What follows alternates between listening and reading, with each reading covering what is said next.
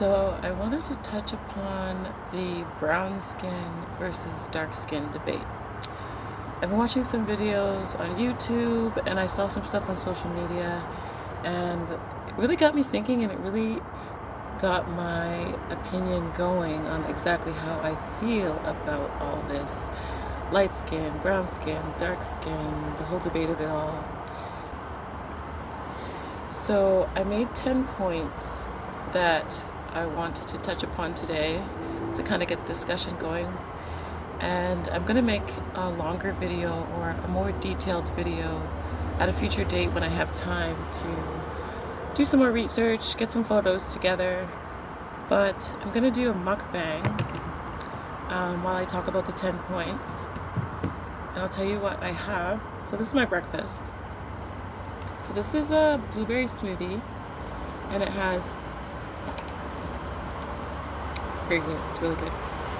It has cashew milk, oat milk, collagen, and protein powder, and frozen blueberries. Did I say that? Yeah, so this is a smoothie. I had to have some. Well, I'm eating, so it's all good. Might as well get started. This here is oatmeal, and I'm just letting it sit for a little bit so it can cook a bit longer because I just added the hot water. These are some condiments for the oatmeal. There's some, I don't know if you can see that. There's some walnuts, shredded coconut, sugar, raisins. There's actually a whole other oatmeal packet in here that I won't be using, obviously, because I'm using this one, but yeah, so this is basically an oatmeal kit right here.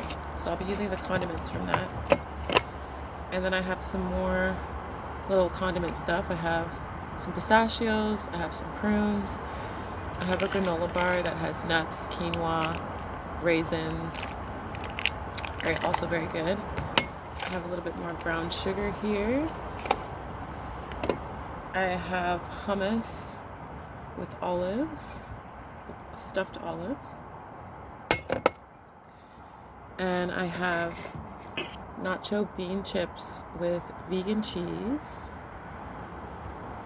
I have a low sodium club soda, not promoting the brand, that's just, I like to drink a lot of soda water.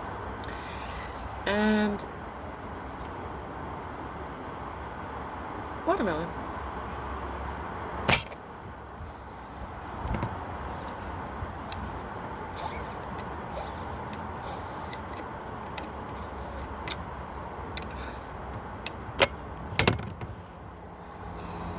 So, I have my notes here. If you see me looking off to the side, it's probably because I'm just referencing my notes so I can stay on point while I'm still eating. So,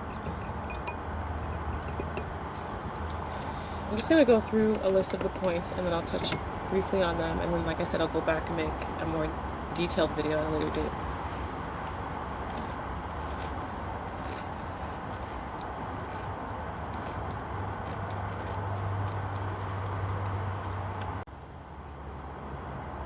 So starting with point one, there's a lot of social media posts about this light skin, dark skin, brown skin debate. Specifically the brown skin debate, because not a lot of people have heard this term. It's a new term to some people. So it's started a whole new set of debates and questions and arguments, all that kind of thing. So that's point number one, is just the fact that there are a lot of social media posts about it. Number two, so is colorism. Number three, this has all been created to create division within our communities, within our culture, specifically Black culture, to create divide amongst us in the Black community, and to kind of pit us against each other, constantly questioning each other and questioning each other's validation. Number four, color is relative. So is tone. To one person, how someone might perceive color is different than how somebody else might perceive color. Same with tone. So to one person, someone might be light skinned. To another person, they might be medium tone. To another person, they might be dark skinned. The tone is relative. Number 5, socioeconomic the role of socioeconomics. The socioeconomic status of a person, specifically a black person in this case, it does have a really heavy weight on how they are treated in society. And I don't think that people talk enough about this and the emphasis of this. Often in the media, we talk about black people when they're struggling or in high status positions of celebrity, positions of society that are obvious. But people don't really talk about the fact that there's a lot of black people that are thriving in the middle class and upper middle class areas of life. And so somebody who's light skinned, not to say that this is the case for sure, but somebody who might be light skinned and living in poverty might deal with more racism and social justice issues than somebody who is medium tone or darker tone and living in an upper class lifestyle or socioeconomic status.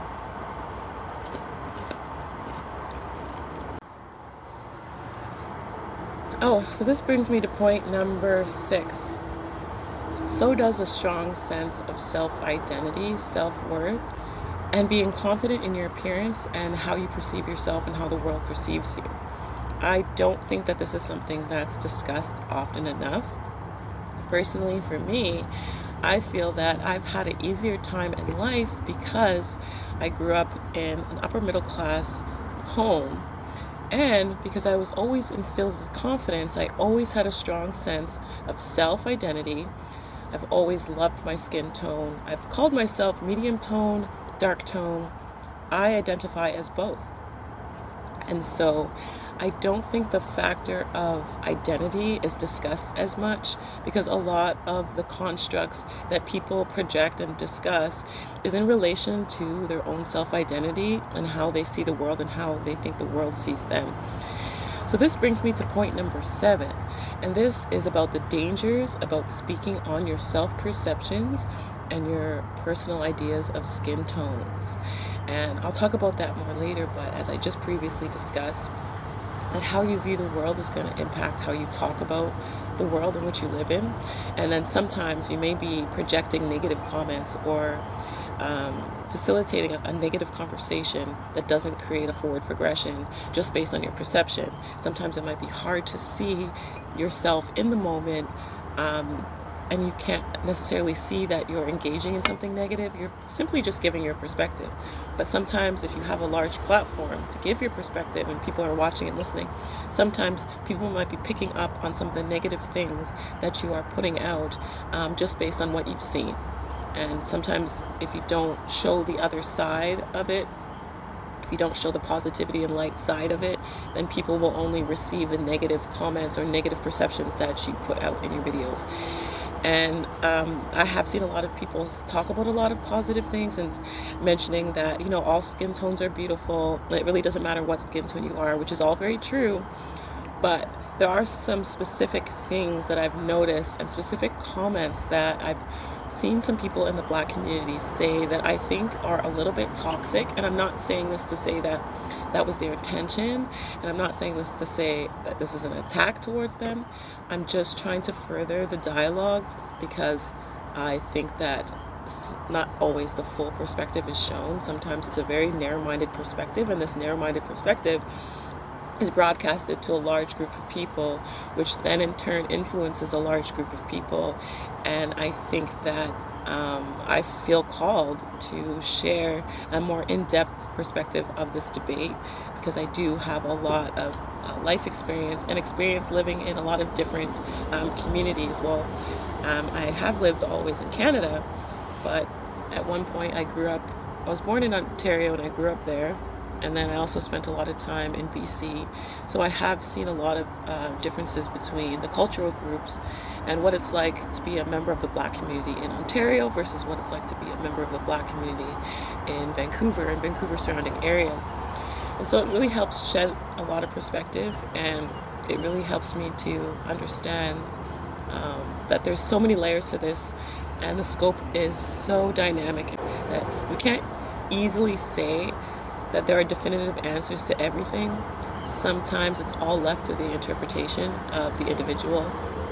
But if we do want to move forward to a progressive society that is fully accepting and self-accepting, then I think we do need to address some of the words that we use and the impact that it might have on others.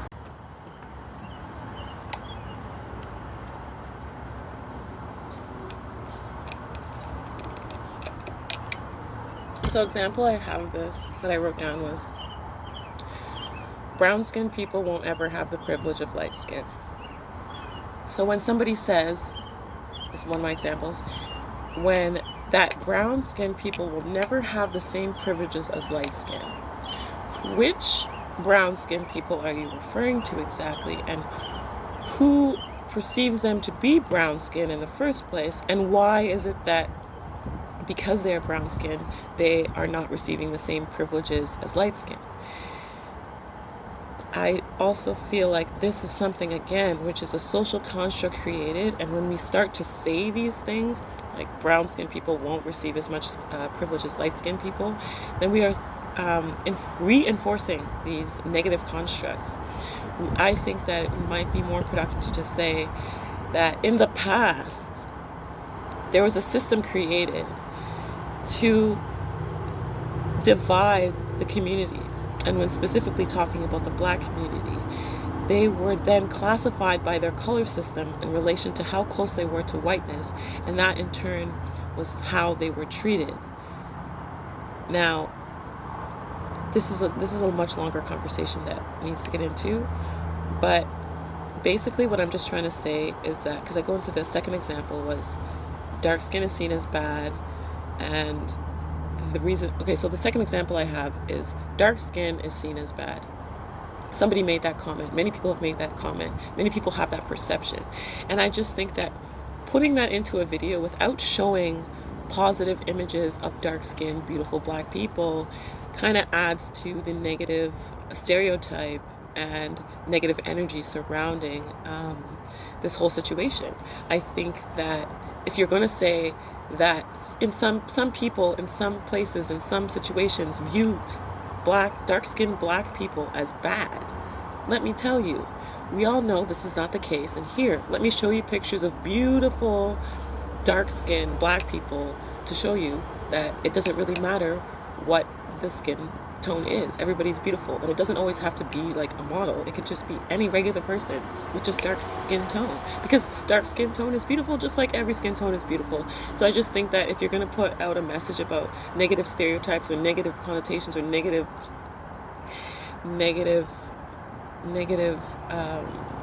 constructs that have been created that are not even real, then you also need to call that out and then counteract that with positive images and positive message and positive words in the same sentence or in the same breath, so that when somebody's receiving that negative image, they understand that yes, this may have happened in the past, but we will not accept this, and we will move forward in a progressive way into something that will create positive change, rather than just regurgitating the same thing over and over and over, and yet the same thing keeps happening and the same thing keeps happening because we keep saying the same thing. Oh, this is what society says. This is what society says. Well, we are not all society, or we are also all society. So we decide how we perceive this to be. And when we speak into existence the positive language, all skin tones are beautiful.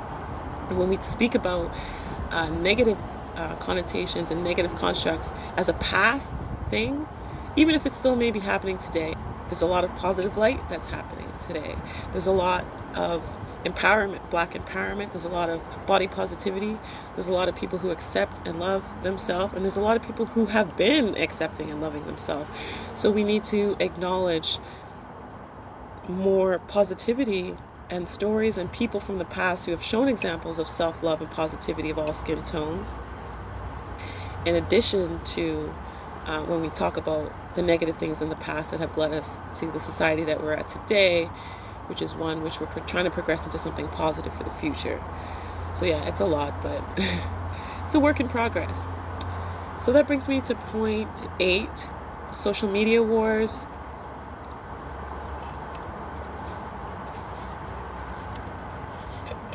Brown skin campaign, or end the brown skin campaign, and Black people arguing with each other on each other's points in the community. I'm not going to go into detail about that right now, but I do want to talk later just about how toxic that is and how easy it is to get caught up in such a situation, not realizing that when you get caught up in an argument with a fellow person in your community or a fellow black person, you're losing. They've won. Whoever wanted to create the system, you're following exactly what they wanted. And you're showing anger and hate, and you're moving with anger and hate, confusion instead of love and compassion. It creates divide, and that's exactly what they want. So I'll definitely talk about that in a future video. But for now, yeah. So that brings me to point number 9. When somebody assumes somebody's struggle in life and the experiences that they've had based on their skin tone.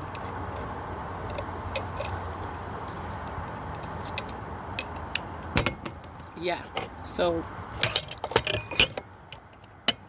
that's an important thing I want to bring up, because a lot of people, or some people, I don't know how many people, assume that the darker skin tone you are, the more racism you've experienced in your life, the more struggle you've had to experience in your life. While this might be the case for some people, this is not the case for everybody, okay? And maybe this is just my personal experience. I don't know how many people have a similar experience to me, but personally, I can't relate to that statement.